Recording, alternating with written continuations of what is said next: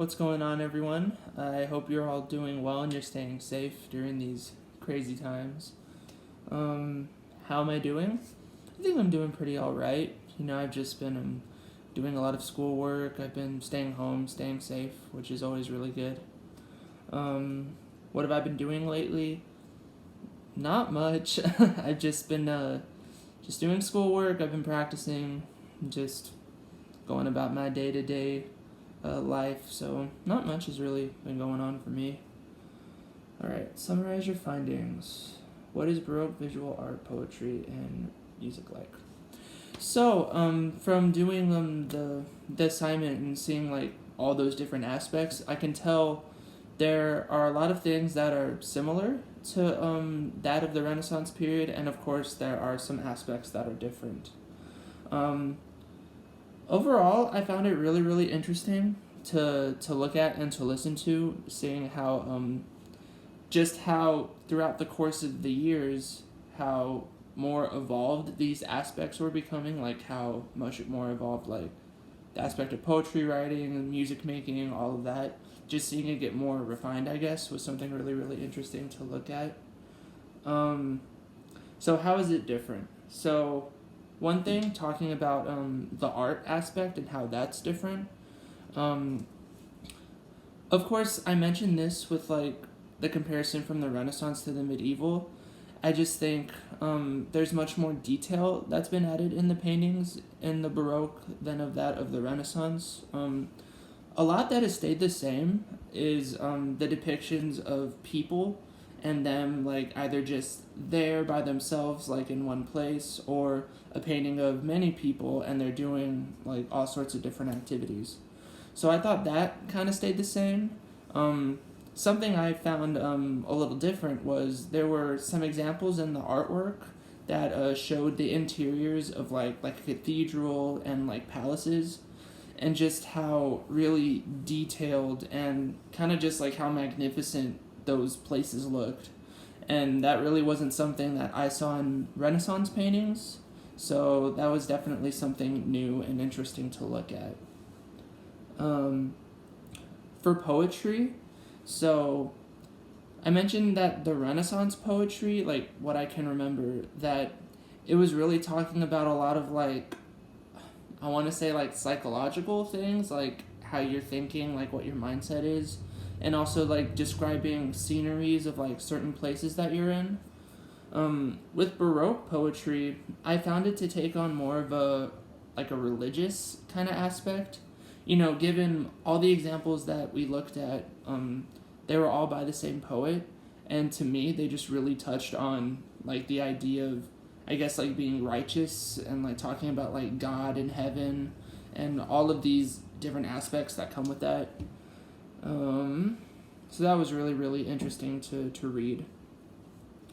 And then for music, the one difference that I found was that now music is leaning towards more being instrumental, whereas like in Renaissance and medieval, it was really heavily choir based and vocal based.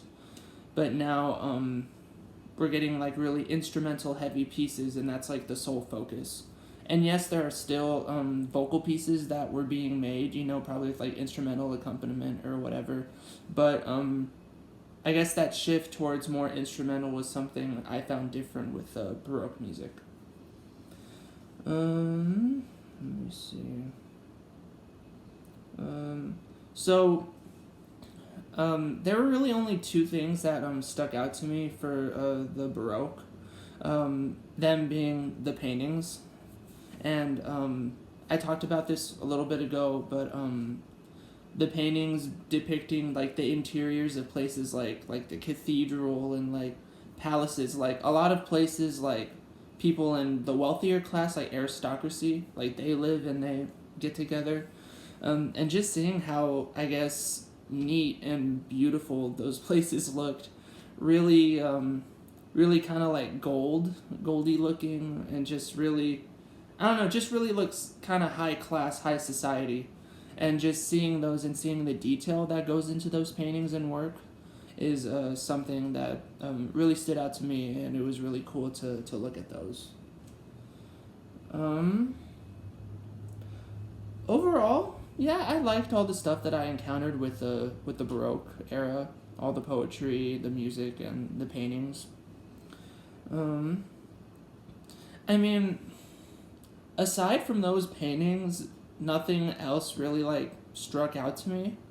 I guess if there was one other thing that like stood out to me was I guess the invention and use of the harpsichord.